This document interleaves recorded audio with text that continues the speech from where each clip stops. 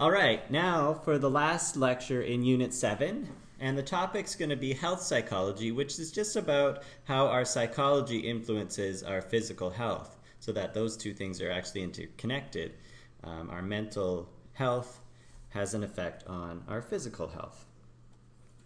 And so this is just to represent the three major factors that determine a person's physical health and whether they get sick or not. You have, of course, biological factors, immune response, for example, infectious agents, environmental toxins that influence your biology, a genetic predisposition. You've got social factors. Do you have access to medical care? Is the sanitation good where you live? Pollution control is effective. Pollution, higher amounts of pollution, of course, going to cause more sickness. It's education as far as health goes good, so that you know how to behave in ways that maximize your health. Is there lots of social support? And then there's these psychological factors that are quite influential as well, and many people don't realize this relationship between their mind and their physical health. So your health is affected by stress. Can you cope with the events in your life and the challenges that you face? Your personality can affect your health. Habits that you've formed through learning can affect your health. How you react to when you get sick mentally can affect the progression of the illness. Okay, so what do we mean by stress? Well, it's a complex word with several different meanings. So someone can say it's really stressful when they're referring to a sudden emotional trauma. So imagine you've just lost your house and everything from a sudden flood. This happens to people in Manitoba. This would be a sudden emotional event that people would describe as stressful. But we'd also describe chronic pressure from life's demands as stressful. So imagine you have a boss you just hate. Every day when you go to work, your boss just drives you crazy. They're not nice, they're too demanding, they don't praise you often enough. It just makes it a stressful work environment. Another form of stress is when we have minor annoyances, or these would be like pet peeves.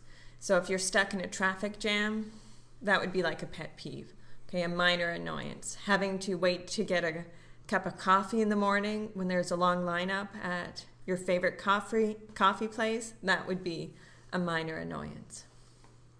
But all of these, of course, contribute to a person's overall level of stress in more or less dramatic ways. Lots of people have been interested in how to rate the intensity level of someone's stress, how much stress is a person experiencing, and then sort of relate that to their physical health and their overall functioning in life. So Holmes and Ray developed a scale, one of the first people to try to measure stress in people, and it's called the Social Readjustment Rating Scale. And the idea is that stress comes from life changes, whether positive or negative. Now, negative ones might cause more stress, but any kind of change that a person is going to experience in their life is going to be some source of stress for them. And so they assign points according to the severity of the change. So divorce gets you 75 points, death of a close relative 100 points, vacation 13 points, getting a job 20 points. So positive things getting you points as well. Over the past year then you get a points total that would reflect how much stress you experienced. Well, there's also a daily hassle scale. So this is just measuring the intensity of those minor annoyances. Okay, so this would be waiting in lineups, commuting, noisy neighborhoods. Now, you'll remember with the last scale Jason mentioned, it had a point value for each stress. So, well, each major life event. So getting a divorce was 75 points. With the daily hassle scale, there's not a single value for any one of these different minor annoyances. Instead, it's the degree the individual finds the event stressful. So you can imagine commuting. We have a long commute to work each day, but I find it relatively stress-free because it's not a busy route. So it's a relaxing time. So I wouldn't consider that a daily hassle. And you often don't drive. Well, again, that helps too. It makes the commute much easier. I have a different experience of the commute some days.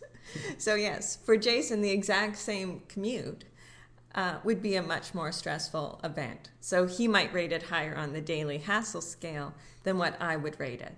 So this is how you can have these same events, but it's the degree the individual finds it stressful that's really important. These are just some of the most common student hassles. So when you ask students, first-year university students, what are you worried about the most?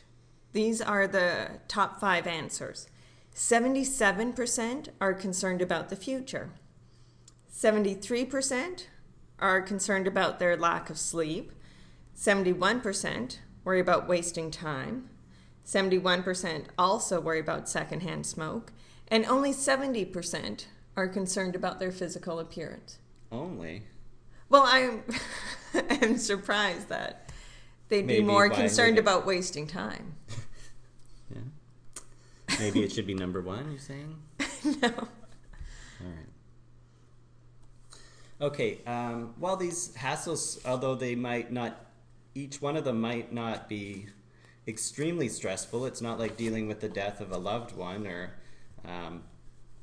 being in the stress of a war zone. But these daily hassles that people experience have a cumulative effect on how much overall stress they feel. And so they can have an influence in whether you can handle a major stressor or not. So if you experience all these stressful daily hassles, that can put you at a level of stress that there's not much more that you can take. And so it's dramatic life events can fly at you. Someone dies, you lose your job, and a person can just, who's already at a high level of stress, can just basically give up because they're overwhelmed by all of the pressures coming to bear on them.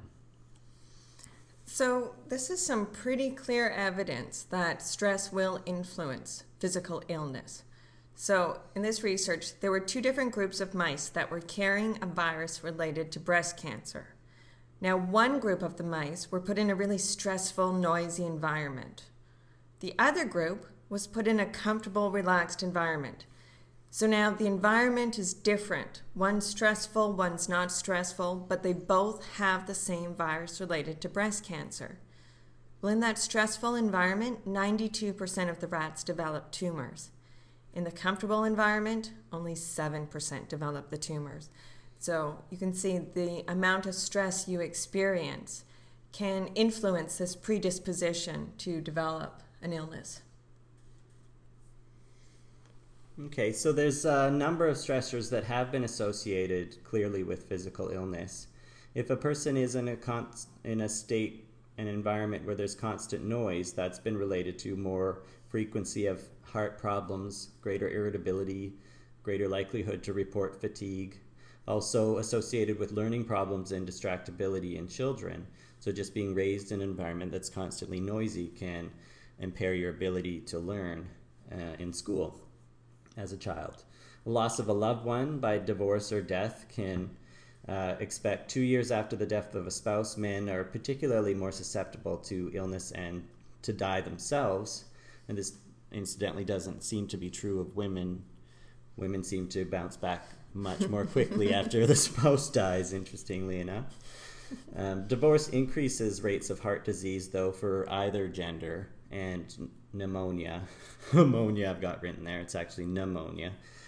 So these physical ailments do have a lot to do with the kind of stress a person experiences.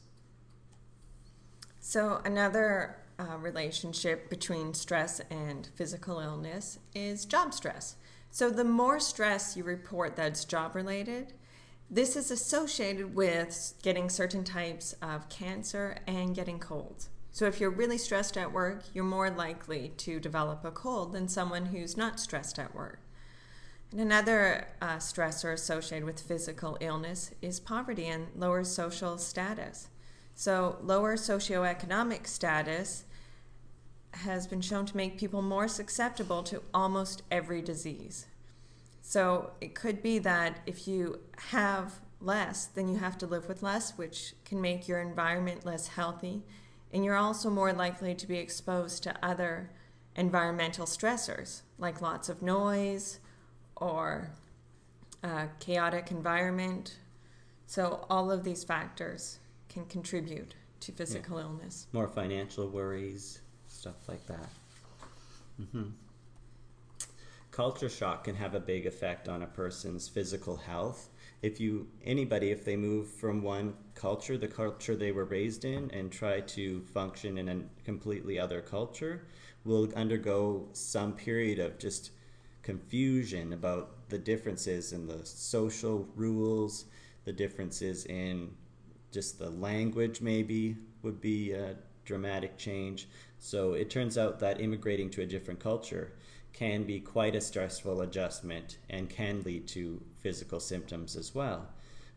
However, the transition from one culture to another is considerably eased by social support, so the physical effects are not nearly as pronounced in people that have maybe already an existing family that they come and move to live with within another culture, so that they can have some link to their previous culture as they're trying to acclimatize to this change in environment.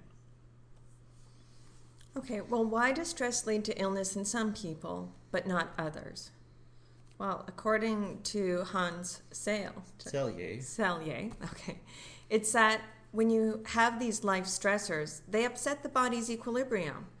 Well, if your body's equilibrium is upset, then this means the body has to generate resources to try and restore that equilibrium. And it's by fighting off these stressors. And this leads to the question, what if equilibrium is not restored? And the problem with the modern environment, this might have made a lot of sense, and these are mechanisms that have evolved in us in the distant past. But we now live in a civilization, it's much more complicated, and we have, because there's so many people around, and there's so much complexity in terms of technology, we have a lot of sources of stress, and there's not much we can do about it. So maybe in the wilderness, we would experience a stress and we'd somehow restore our equilibrium by fighting, or by running away, or by finding a food source, or whatever's causing us stress. Now the stress can be something that we have no control over whatsoever. For example, traffic. If you're stressed about how long it's taking you to get from one place to another, it's pretty much tough. There's nothing you can do about it.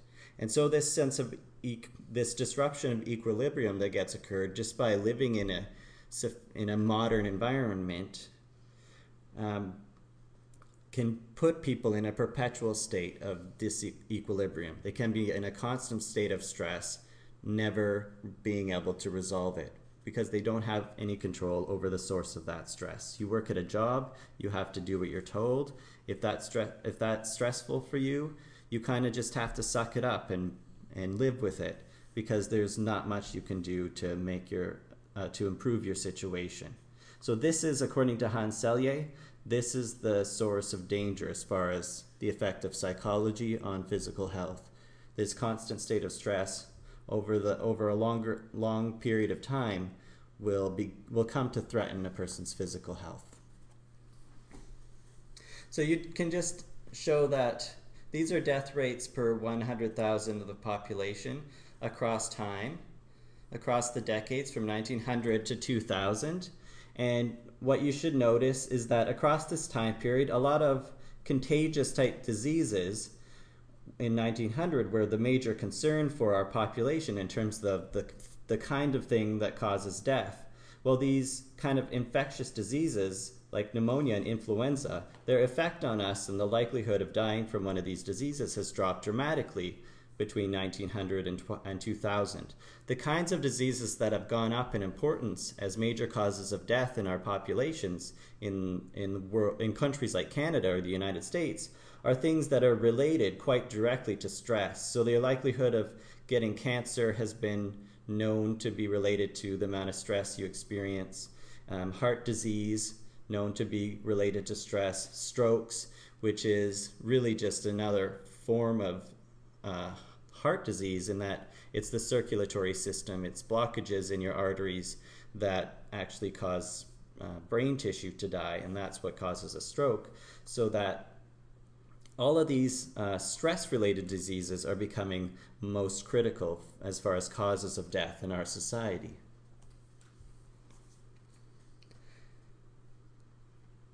Now, if you count up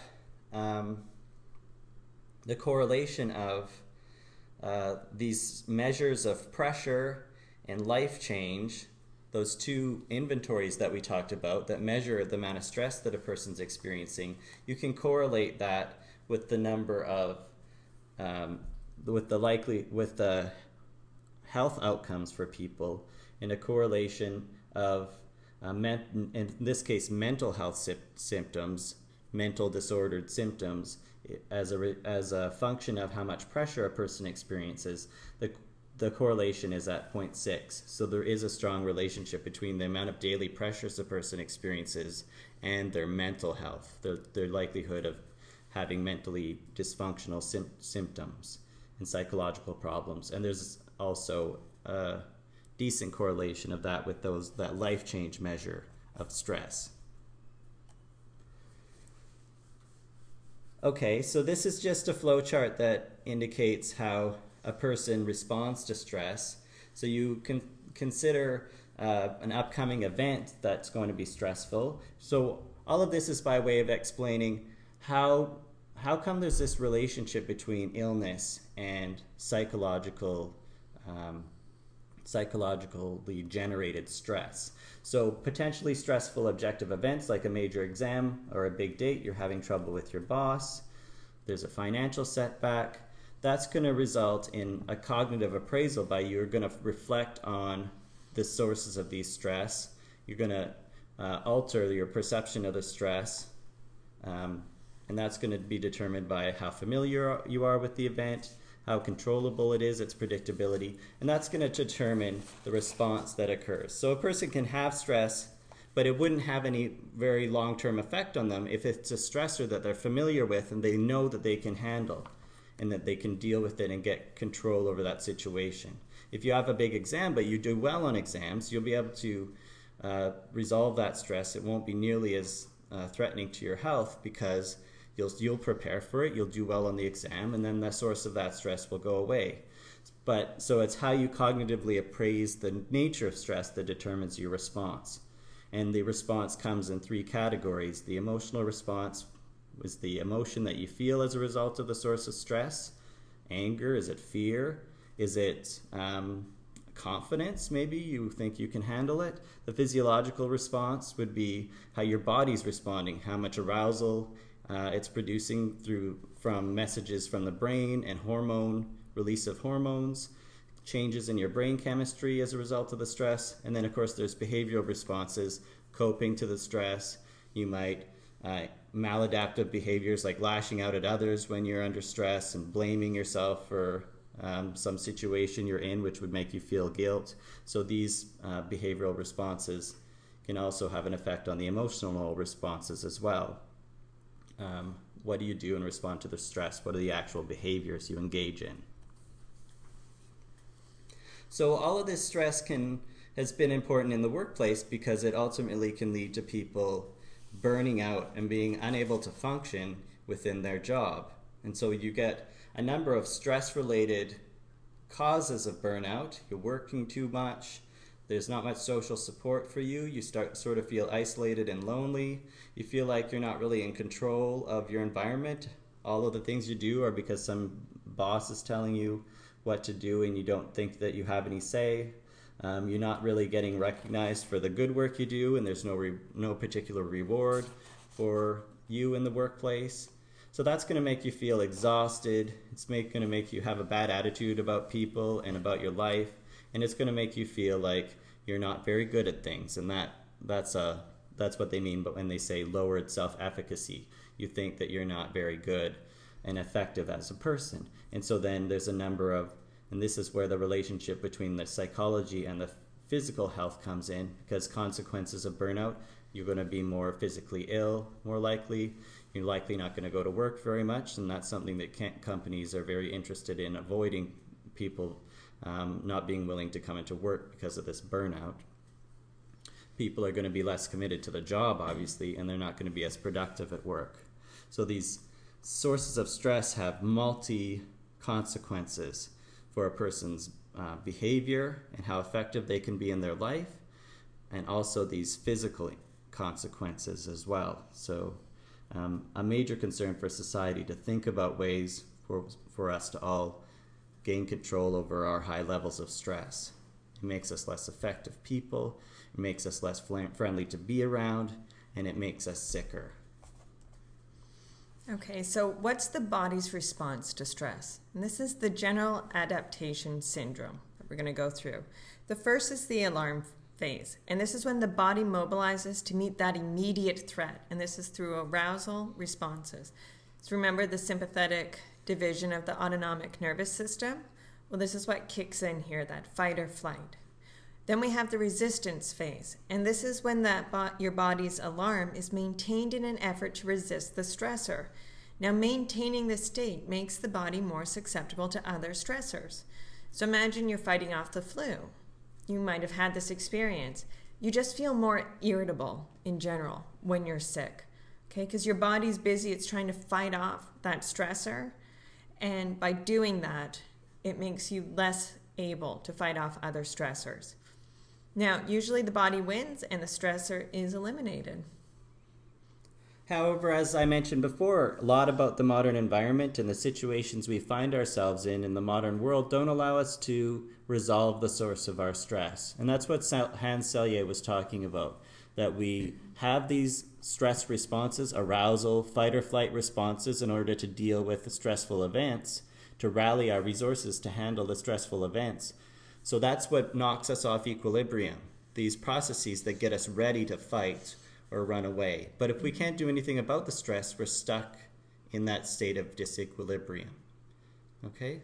And that's the resistance phase is prolonged, and you just never quite resolve the source of the stress. So the outcome for Selye is what's called the exhaustion phase. Our body simply can't sustain this level of readiness to fight or flight indefinitely. We're biological organisms.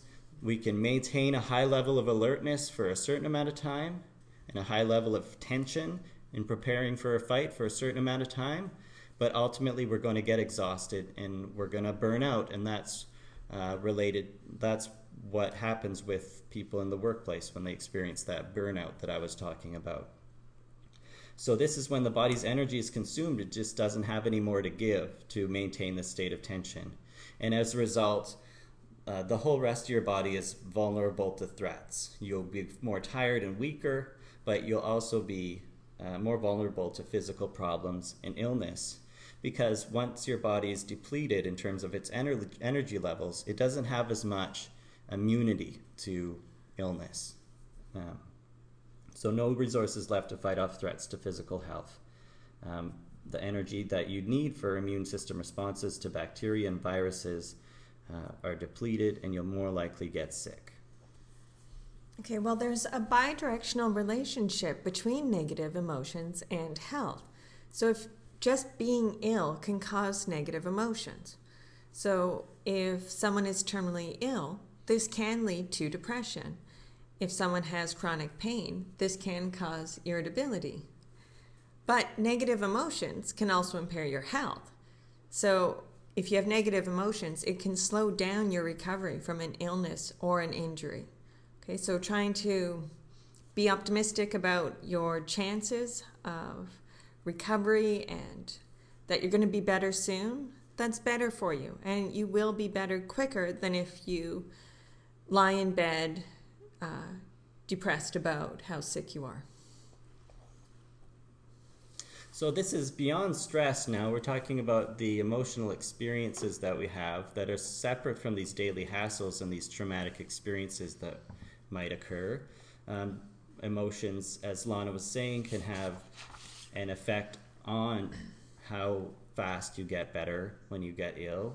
And of course, illness itself causes negative emotions, so it's a bit of a catch-22. But there's known to be a relationship between a person's attitude, how negative they are, how often they experience negative emotions like anger, and their likelihood of getting ill. So one broad personality distinction that you can make across people, although probably people vary along a continuum and most people fall along the middle of these two extremes, you can identify people as more or less what's called a type A personality or more or less like a type B personality. Type A personality, their personality is achievement oriented. They want to win all the time. And they want to keep busy because they're oriented towards meeting all kinds of goals. They're also associated with greater irritability, and they get frustrated easily with people blocking from their goals. So they want to, people get in their way, they want to shove them to the side. So this is the very aggressive type A personality that wants to win and succeed. However, other people are more like a type B personality, and these people are more calm and relaxed, much less intense, less interested in achievement. They want to just get by, and they don't want to succeed at a especially high level. And so you can see this contrast. You can think about all the people you know, and you can basically sort them if they're more or less like a type A or a type B person. Well, it turns out that type A people, that which of these two personality types you are, has implications for your physical health. Type A people are more likely to develop heart disease than type B people. But it's not because they're too busy, and it's not because they want to achieve so bad. It's because their aggression in trying to meet their goals, and their intensity in trying to meet their goals, often makes them hostile. Because if they don't meet the standards they set for themselves, they just want to power through it, and one way to do that is with an aggressive hostility, right? If you can't fix it the regular way, then maybe you can beat the thing into submission. I'm like that with dishwashers. If I can't get the racks in there the regular way, I'm gonna slam them in as hard as I can, force the issue. That's sort of a form of hostility. So it's this high level of hostility associated with type A people, achievement-oriented people, them being in a state of constant anger because they want more than they get and they achieve a little less than they want to. And this anger and hostility has the effect of maintaining them in that high state of arousal that's associated with being stressed out. And as we know, that exhaustion phase can ultimately kick in with those people on a pretty regular basis, which impairs their immune system. And maintaining such a high level of stress and arousal is very hard on your heart. And that's what causes the heart disease, is it just asks too much of your heart to maintain such a high level of arousal because of all this anger. So here's a graph demonstrating the relative risk of a coronary event, so a heart attack, dependent on people's anger level. So low, moderate, high. Those type A individuals who have high hostility would score high on this. So they have that chronic high anger level. And as you can see, they're 3 times more likely to have a heart attack relative to someone who's low. So they're relatively easygoing, more like that type B personality. So quite clear evidence that anger level is going to influence the health of your heart. Mm-hmm. Well, continuing on with this theme as to whether negative emotions cause illness, it's not only the case that anger and expressing anger leaves people more susceptible to illness. Sometimes suppressing negative emotions can also cause illness. Inhibiting emotions consumes a lot of energy. If you're angry and bitterly resentful of somebody, let's say family members, and there's nothing you can do to avoid them, you'll always have to be in contact with them, you may be forced to suppress all your resentment toward them. Well, that's going to actually have negative effects on your health, because pushing down all these real, maybe legitimate emotions you might be experiencing, negative ones against people in your family or co-workers, suppressing these emotions requires energy. It imposes energy costs on your body. And again, your body, when it only has a limited amount of energy. It has to take it from somewhere, and it takes it often from your immune system, and that leaves you more likely to get sick. Well, another way to reduce the threat of negative emotions on health is to really deliberately communicate how you're feeling. And this involves confessing negative feelings and emotions. Okay, so this could be in writing, like a dear diary, could be confessing them to friends or to a counselor, but confessing it to someone can reduce the risk of illness. And you'll find that if you are really deliberately trying to communicate what upset you, it's hard to maintain sometimes the belief of how an argument might have started or maintain those negative emotions. So imagine if you're mad at someone and you're thinking what a jerk they are, maybe you're cursing about them in your head. If you actually sit down and evaluate the event that led you to have those feelings, maybe think about the perspective of the other person and just work it out how this negative experience might have happened in your mind. You're going to find it can be really hard to maintain those negative emotions. Yeah, it turns the emotional process into more of a reasonable, logical thought process.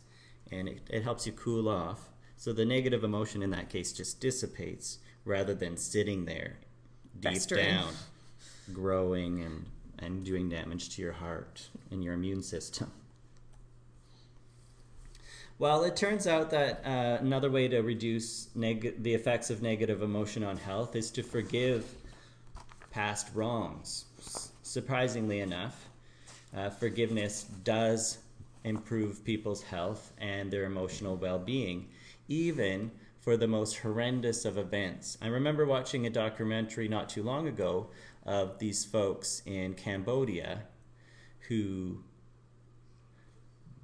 had witnessed members of or fellow villagers hacking their own families to death. Well, this This one child, man, right, that hid and watched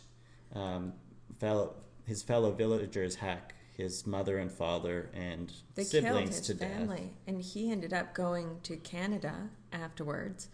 But he witnessed the event. He lived through it. And instead of living with this hatred inside of him, he raised money and went back to his village in Cambodia and built, it was a health center of some sort. And the school. And that's right, it's the school. And he met with some of the people who had actually committed these horrendous crimes. And he forgave them. And he said it made him feel better. Yeah, it's an inspiring story because it's often hard to forgive people who've done such obviously wrong things to a person. It's hard for a person to forgive that, but it actually there's a lot of evidence that this forgiveness helps the victim of the wrongdoing more than it helps the person who originally committed the act. Well, just having positive emotions is associated with better health. So in this one study, these researchers looked at the diaries of 180 different Catholic nuns when they were 22 years old. So they all lived in this same convent. A convent. Yes, there we go. So what they did is they looked at these diaries that were written at 22, and then 60 years later, they just went back and they checked about how long did the nuns live and what was their health like. And those nuns who just had the most frequent reports of positive emotions lived 9 years longer on average than nuns with the fewest reports. Now this is important because in this case, because the nuns all lived together, they had their environment as similar as possible that you can do in a natural setting. They all had the same nutritional support. They all had basically the same experiences. Their days were organized practically identical to one another. So everything else is more or less controlled for in this study. The only difference is how much positive emotion these nuns had a tendency to experience. And 9 years longer, just compared to those who had the most positive to the least positive. So it's some pretty striking evidence in favor of positive emotions. Yeah, and so all of this is leading towards try to keep everything positive, and it'll actually have benefits for yourself, your mental health, and your physical health, right? How you think, not only how you feel, but and the frequency of having positive versus negative emotions, but your thought processes, the way you perceive the world also influences physical health. So people distinguish between different types of explanatory styles for events occurring. A pessimistic explanatory style is one in which a person interprets negative life events as to be expected. Of course, this kind of thing always happens to me. This is my lot in life, to put up with all of these burdens. I can never expect things to get better for me. So this is the epitome of the pessimist. It's like Eeyore from Winnie the Pooh. Eeyore, that's right. Everything's, even a positive event might be somehow interpreted. These are people that look for the black lining in every sunny day. And the alternative explanatory style, however, the opposite end of the spectrum, is an optimistic one.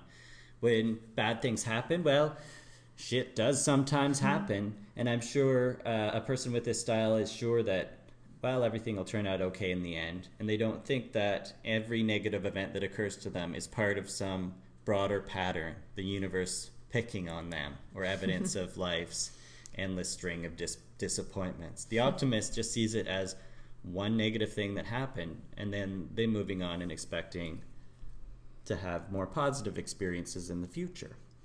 Well, it's not surprising, I hope by now, that to be told that this optimistic explanatory style is much better for your future success and for your health. And one of the reasons is it motivates you to just keep trying instead of adopt the approach, why bother? What's the point? I'm not going to succeed no matter what I do. However, if it's just a challenge, sometimes these things happen, well, it motivates you to just keep going. Okay? And this is what will lead to your eventual success. Yeah, and it is strongly associated with the likelihood of a person succeeding in their job, in their relationships, and their likelihood of being healthy physically for longer periods of time in their life. Long life and happiness, greater for optimistic people. Well, unfortunately, optimism can seem naive in some cases. You can't be so wildly optimistic that it's not based in reality. A person, for example, with mediocre talent can't expect to be a worldwide celebrity. But many people are that optimistic. And the problem with that is that eventually reality does tend to slam these people in the face, and it can make an optimist turn into a pessimist in a big hurry. And so there's dangers to being too optimistic. However, it's possible to strike a really smart compromise between pessimism and optimism, that a person should always try for the best and expect, more or less, if they just keep on trying, eventually some positive things will come out of that. But be prepared that things aren't always going to go your way, and negative outcomes are inevitable in some cases. Well, some instances negative events will always happen at one time or another. That's better than true pessimism. Don't bother. Nothing good will ever happen to me. But it's a nice, realistic compromise between thinking that things are generally going to turn out well for you and thinking that everything's going to go wrong. So pessimism is generally bad for you. So there are 4 negative consequences that we have listed here. So the first one is, if you're a pessimist, you're likely going to have lower success financially and in your social relationships. Okay? You're going to have a higher rate of illness and a lower immune response. You'll have impaired recovery from traumatic events and physical injury, and a higher tendency to engage in risky and life-threatening behavior, such as speeding, not taking your medication, binge drinking. So generally, pessimism is not good for you. Yeah, if you don't think there's any point, you're always in a state where you know some horrible thing is going to happen quite regularly to you in the future. So why bother? Why worry about your health, and why worry about consequences of behavior? So this general attitude is a catastrophe for a person and their effectiveness in life and their physical and mental health. It turns out, although it's good to maintain some relationship with reality, a person that has overly optimistic ideas about what they can succeed in life will get there's a possibility they've become bitter and disappointed. But you can find quite positive effects of optimism that don't necessarily relate to reality. It's good to think that things are going to be slightly better for you than they actually are, but not wildly better than they'll actually be. Always shoot for a bit higher than you probably can achieve. So, for example, here in Manitoba, 3,500 seniors were asked to rate their physical health.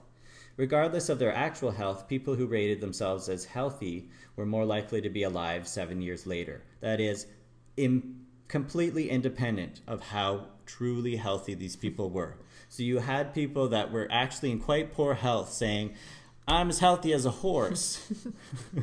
And those people were more likely to be alive than people that were in equivalent state of health, relatively poor health, and knew that that was true. So here's a case where it's not too bad to have a little bit of a delusion when it comes to optimistic views on what your current state is and what's going to happen in the future. It's when it gets completely out of whack that it can have problems for you. So, yes, as Jason was saying, even if it makes you slightly delusional, not completely delusional, just slightly delusional, you're probably better off thinking positively and being that optimist. So, be an optimist, but prepare for possible challenges. Yeah, think about it. If you're maybe naturally a B student, you're likely to get a more or less average of B grades in classes. If you think that you're capable of being an A student, you probably end up somewhere in the B plus range, right? So you may not quite make it to that A level, but it's better than the B level that you would have been otherwise, because it motivates. It motivates doing things that improve whatever skill you're shooting for. And in this case, improves your actual health. The people that thought they were healthier probably behaved more healthy, probably were more likely to exercise. That's right. Resulted in a longer life for them. Okay, so there's all kinds of qualities that are related to optimism that we know are very good for health and life success. So if a person has a sense of humor, this is a great thing for a person's physical health because it helps you deal with these stressors that you can't control otherwise. So you can't do anything about the traffic that you face that drives you crazy or the lineups that you end up waiting in. Well, if you just have a sense of humor about it, that provides an outlet for that state of tension that stress produces. You can't control it, but you can laugh about it. It's another option for you, and that gets it out in a joyful way as opposed to an aggressive, hostile way. You can plan for the future. People are more likely to plan for the future and do the things they need to actually meet their goals. And pessimists are not good at this because they don't really think there's any point to it. You expect a person that's an optimist will expect obstacles and recognize the possibility of failure. And that's really healthy because if something bad happens to you, it's just, oh well, a little bump in the road. Whereas a pessimist would interpret it as just another example of how the world's picking on them. Putting a positive spin on negative events is also a characteristic of optimists that improve their health because it helps them reduce the amount of stress they experience when something bad happens. So sometimes some bad event will happen to a person. They might get fired from their job or laid off. Then how do they deal with that? They can think it's the most devastating thing that ever occurred, or they can think, here's an opportunity to change their situation, maybe follow a different career path. An optimist will have that kind of attitude. Then any setback will just be a route to a different path in life as opposed to a dead end, right? It's a very healthy consequences of that way of thinking. So people differ on the expectation they have about how much they control the events in their life, and this is called locus of control. So if you have an internal locus of control, then you believe that you're responsible for what happens to you and that you control your own future.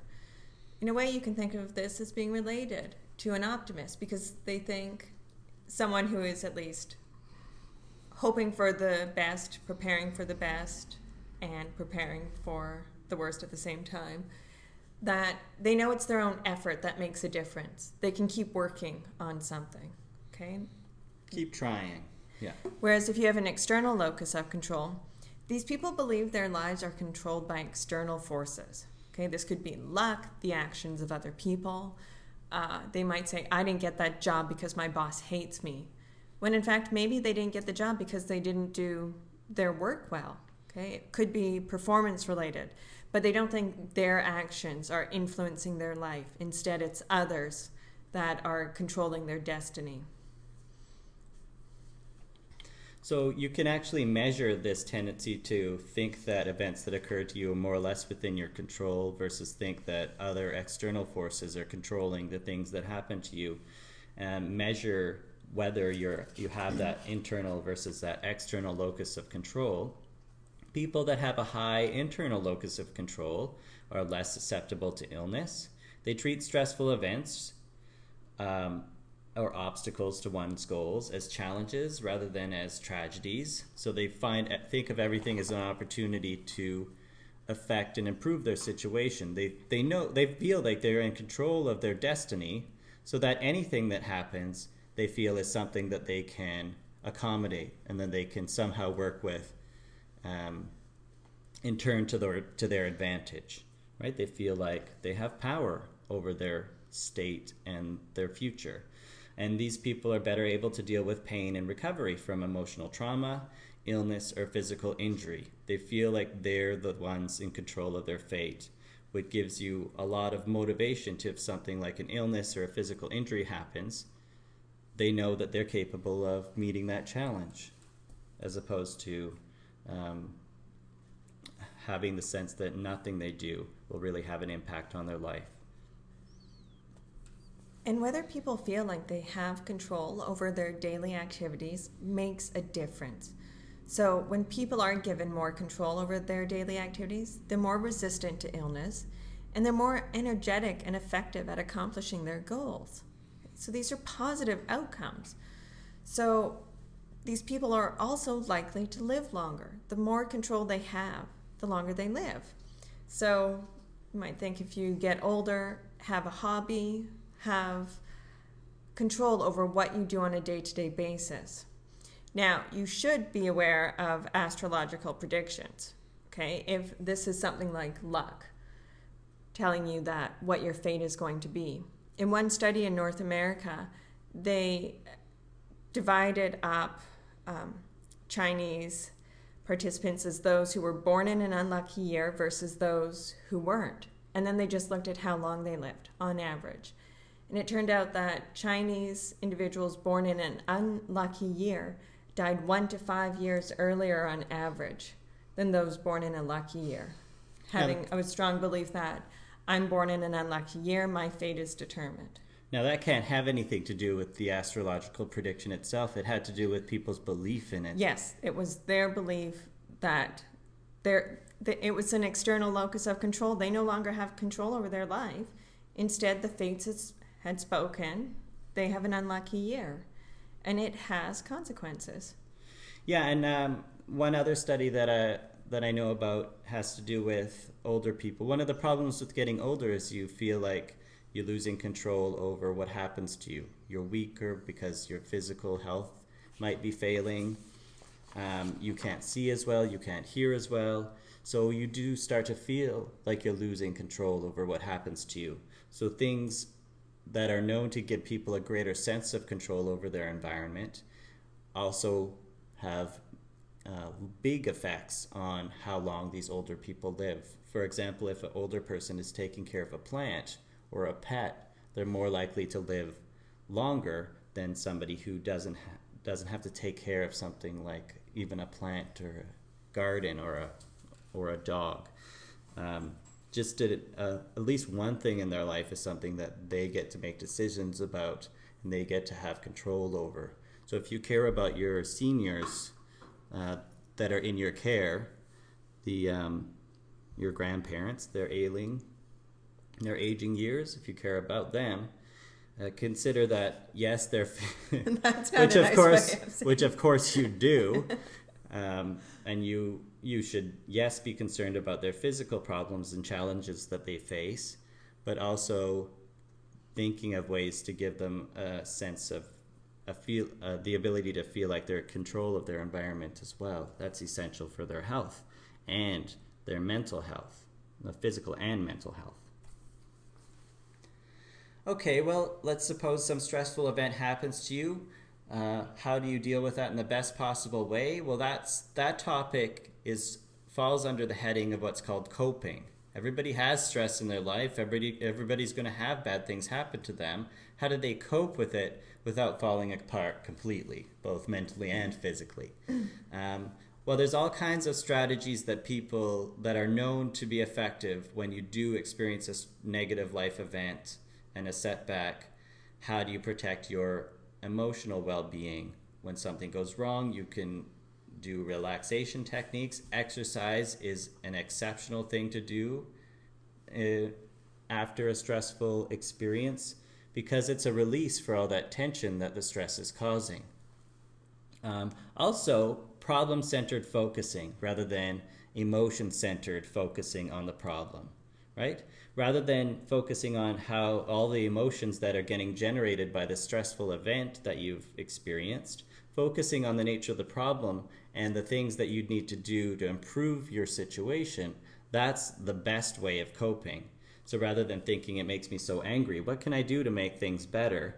That gets you focused on what's causing the stress and dealing with that rather than focusing on the stress itself. And we know that focusing on these feelings that generated by stress, fear and anger, actually just intensifies them.